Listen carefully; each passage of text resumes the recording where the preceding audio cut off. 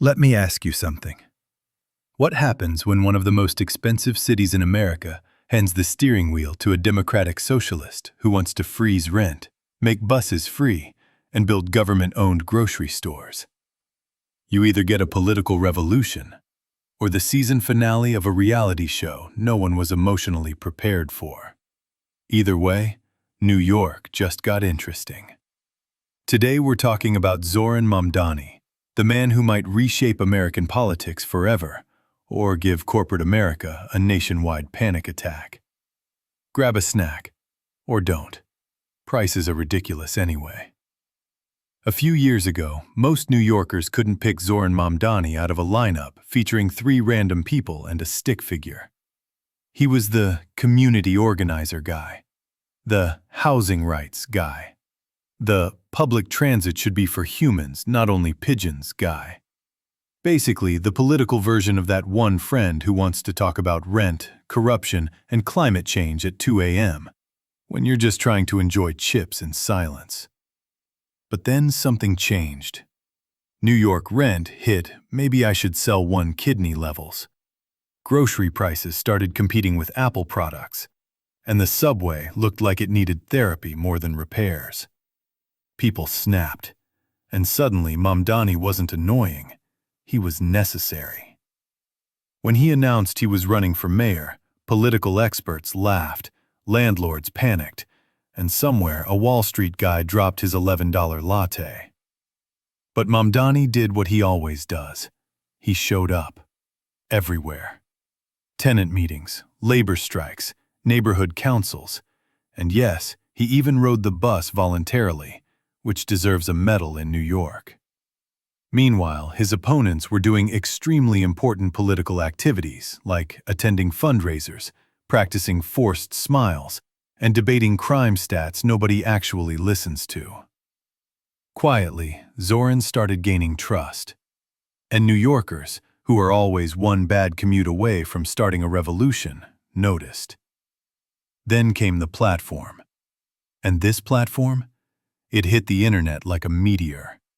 He wants to freeze rent for 1 million apartments, build 200,000 affordable homes, make buses free, create city-run grocery stores, offer universal childcare, bring back tuition-free CUNY, raise the minimum wage to $30, increase taxes on corporations, increase taxes on millionaires even more, and, my personal favorite, make New York City Trump-proof.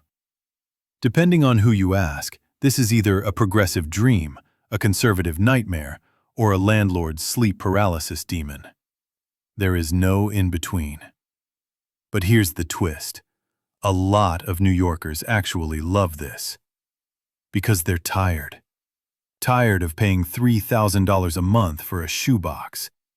Tired of buses that show up whenever the universe feels generous. Tired of grocery bills that feel like a punch in the soul. Mamdani isn't talking about pilot programs, 14-month evaluations, or task force committees with no actual tasks. He's saying, no, we fix it. Now. And New Yorkers respect that energy. Of course, critics appeared immediately. Landlords say, if rent freezes, we can't maintain buildings. Tenants respond, you guys already don't maintain buildings. Corporate groups warn, this will destroy the economy. Economists reply, buddy, the economy has been destroyed. Business groups insist a $30 minimum wage will ruin small businesses. Workers point out they can't even afford to be ruined because they're already broke. But here's where Washington starts paying attention. Because if Mamdani wins, and if even half of his ideas actually work, other cities will copy him. Los Angeles, Seattle, Chicago, Boston. They'll all try fair free transit, public grocery stores, stronger tenant laws, higher wages, and higher taxes on the ultra-rich. And suddenly, the Democratic Party shifts left harder than a subway train taking a sharp turn at full speed. And then there's Trump. Donald Trump, hearing the word socialist, is like a bull seeing a red cape, a loud orange bull. He has already attacked Mamdani, threatened to cut federal funding, and probably rehearsed multiple nicknames.